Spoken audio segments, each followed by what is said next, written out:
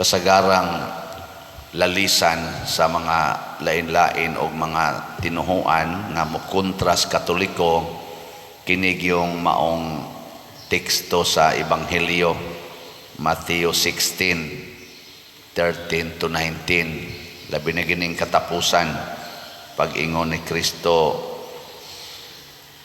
ibabaw ni ining bato tukuron ko ang akong simbahan. Nga maglalis dayon kinsa man ang tinuod nga tinukod ni Kristo nga simbahan, nga usara man ka simbahan di man duha. Ana, kinsa man gyud nagkupot sa Yahweh nga wa may duplicate ang Yahweh, usara man ka kopya. Sige naglalis hangtod nga usahay muratag mapildi ang Katoliko, usahay sad murag mudaog, pero kamo lingi ay mong tupad ing namutuo ka nga membro ka sa tinuod nga simbahan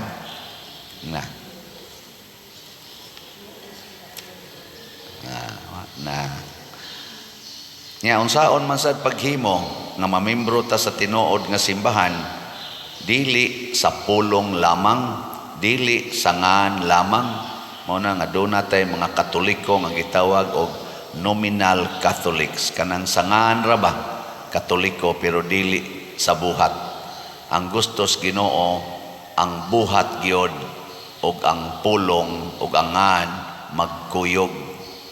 Kung buhat ra sad wa sa kamuangkon ngan di gyapon sakto, pero naa gid nang buhat og ang ngalan porting ninduta, di ba? Nya ganahan mong mubuhat sa gibuhat ni San Pedro. Uy. Unsa may gibuhat ni San Pedro? Unsa may yang gibuhat? Iyang gibiyaan ang iyang pamilya, iyang asawa, iyang gibiyaan kay nisunod siya ni Jesus. Unsa man andam na mong mubiya sa inyong pamilya? Mga buangon kita tanan magsige tag-ampos Ginoo, pero attach kay ta sa atong pamilya, attach kay ta sa atong mga tao nga gimahal. Ang hinungdan nganong si San Pedro ug ang mga santos hangtod karon, ang mga taong santoson o kinabuhi mubiya gyud sa tanan para mosunod ni Hesus, kay matod pa diri sa atong tubag sa Salmo. Sa may tubag nato sa Salmo, magbalantay kanako ang Ginoo, wala nay magmakulang pa kanako. Kung mosunod tas Ginoo, dili ta niya sige hagsugo, iya tang bantayan. Gitawag siya the Good Shepherd. Kay kining atong Salmo responsorio, Salmo 23 mani ang gikompos ni King David man kuno ang nagkompos ani, o mauni ang iyang gibarugan ni Hari David. Magbalantay kanako ang Ginoo, wala nay magmakulang pa kanako. Pero kung ang ato ganing higugmaon, tao o butang, sama anang kwarta, sama anang anak, bana, asawa, ginikanan, balay, yuta, armas, mga alahas, mga gadgets, kung mao na gainay atong higugmaon, unya isipon na nato nga atong manluluwas, maratol ta. Nga naman, sa madugay sa madali, hadlokon magyug kaana nga mawa na siya. Kanang good health pananglitan, kaning atong kamaiglawas. Ako sa una, mga 30, 40 anyos, feel kay nako nga healthy kay ko. Pero karon, na akong hawak sakit na, akong tuhod sakit na, anay, panagana na magani kog naog anang hagdanan, labi nagway kagunitan, mangita kog gunitanan, kay mukalit magpilo akong tuhod. Makarilit ana ang mga 60 pataas, na magani uban, 40 pa'y edad, galisod nagtikang sa hagdanan. Di ba? Ana ang magani dyan ko'y kaila, nga nag-dialysis na, nga 8 anyos pa lang. Ana, kini nga tong health ba? Kana sang imong dungog, kanang imong kwarta, kanang imong balay, oy, mulinog lang, mulandslide lang, nya bakilid inyong balay, mukuyog na nga yuta, wa na na. Di ba? Kanang imong bana, na maatrak lang nagsilingan, wa na, asa pakaulion ana. Di ba? Kanang imong asawa, na maglagot na nimo, ato na magsigig kuyog sa pari. Lagi. Kaya ang pari, di man, may mangmugang ang pari. Kuan man, may mangmuatiman, Diyos nun man, na asawa, yawanon, ambana, yawanon man, na ato na magsigig kanunay simbahan. Kanang imong anak, na makauyab lang na, asa pa na muulig sa'yo, din amagay na mo tahod ni mo. Di ba? Kanang imong trabaho, kay kuan kunuhay kay ka, taas kay kagranggo, tanawag masira ng inyong kumpanya. Di ba? Kabuang yung pangapkap, asa ka. Labaw na ginang tigpautang, ganang tigpautang, niya mo kuno imong manluluwas, nga pautangon ka, kaya na kay problema, tanawa inig siningilay. Di ba? Hasta pari, maapil pag pangapkap pa dir, tabangi kog bayad ani akong utang.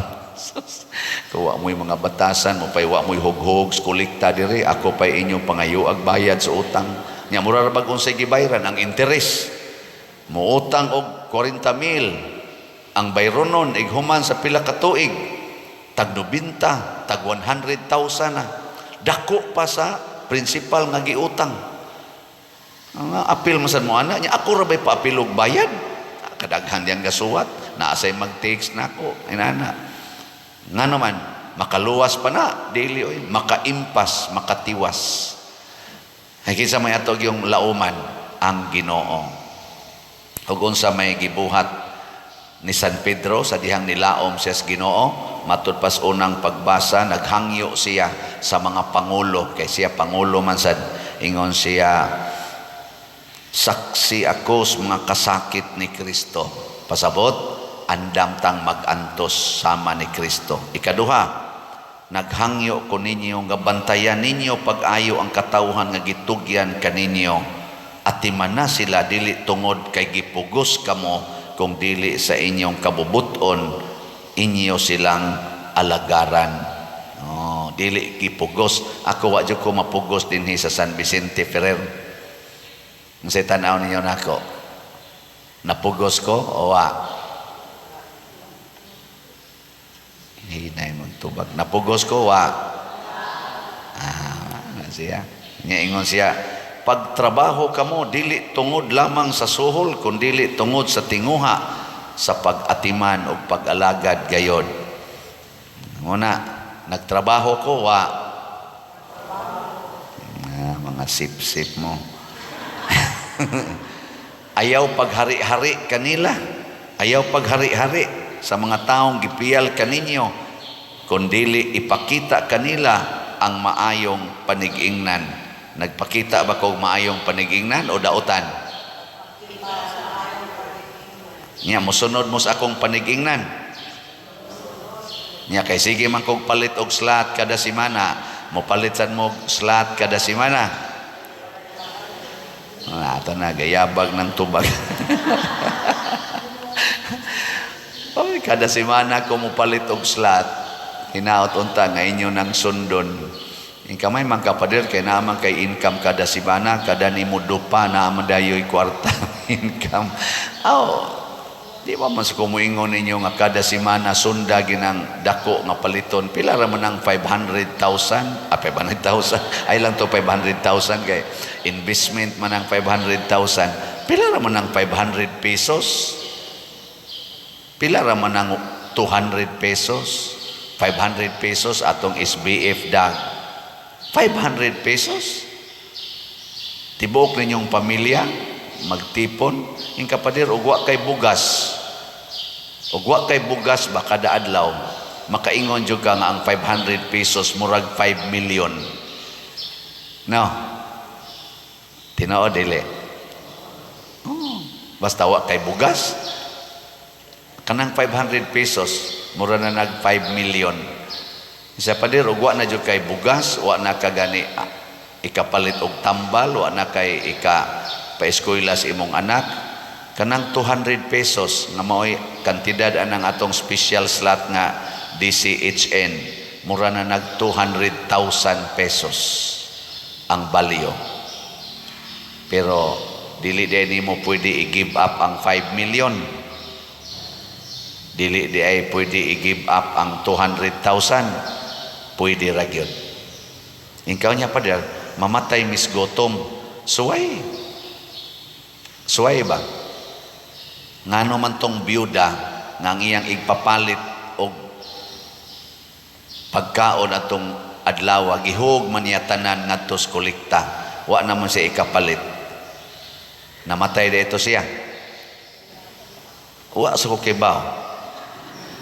Pero doon ay byuda nga equivalent niya nga si Elias man siguro to, nga na propitas Ginoo, iyang gihatagan sa iyang harina o sa iyang lana nga tiwasono na kaayo para na lang gito niya o sa iyang anak adtong adlawa. Nya niingon si propeta Elias, tagai lang ko kay gigutom ko. Paghatag niya sa pan o pagluto niya ba sa harina o gamit niyang lana nga katapusan na lang gitong harina niya, usa ka tuig nga wa gyoy hubas-hubas ang iyang sudlanan sa harina o sudlanan sa lana.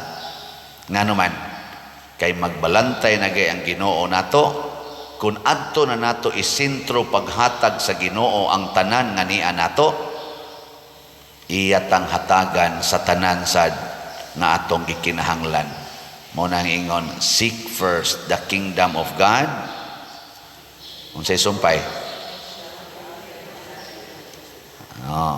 Sige, lingya imong tupad be. Lingya. Ing na-convince ka ng gisulting father. Ing na gano'n.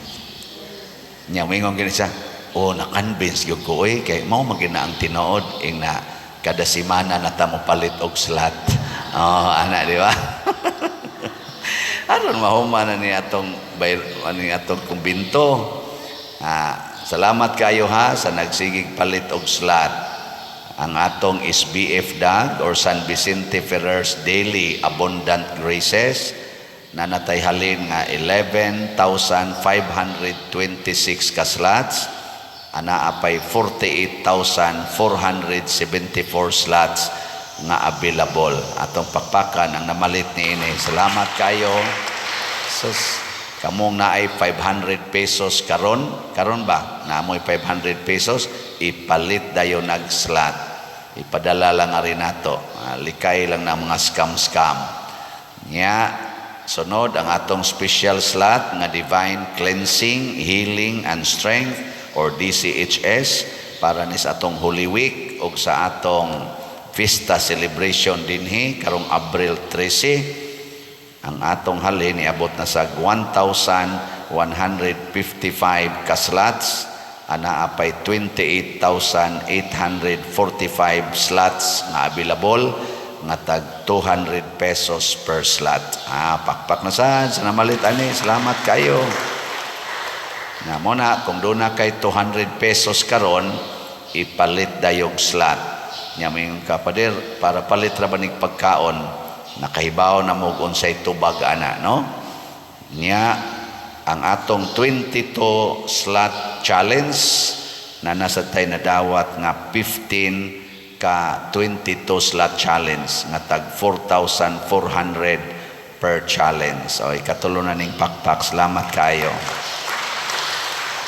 Wala pa'y additional sa atong DSAP. 164 lang yapon ka slots o niya open pa ni for investment slot na tag 500,000 pesos per slot. Kining mga slot nato, kining project nato dinhi sa simbahan, usa lang ni kapagpakita nga nakighiusa ta sa authority ni San Pedro.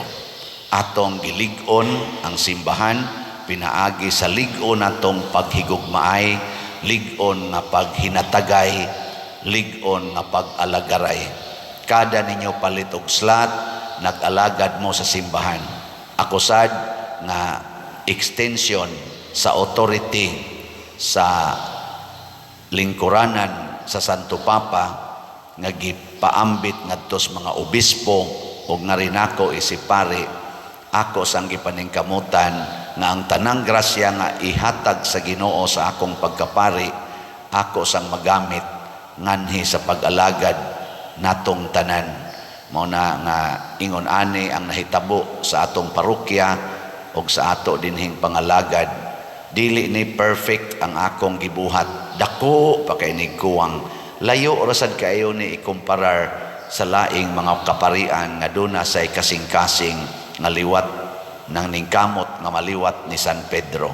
Pero kung mauna ni ang best nga akong ikapakita, igo na kay maunay hinungdan nganong si San Pedro nahimong bato, kay ang Petros rock man ang meaning nahimo siyang bato, kay ang iyang kaugalingon gihatag niya ngadto sa Ginoo ug nagpakamatay pod siya para ni Kristo. Katapusang lingi sa imong tupad ing na magpakamatay ka para aning atong parokya ing na niya musanong gani ing na congratulations.